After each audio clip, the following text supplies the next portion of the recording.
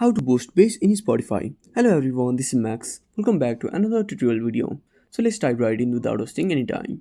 First of all, open up Spotify. Now on the home page, tap on your profile icon at the top left corner. Now tap on settings and privacy. Now on this menu page, tap on playback. Now scroll down and tap on equalizer. Now select the music mode.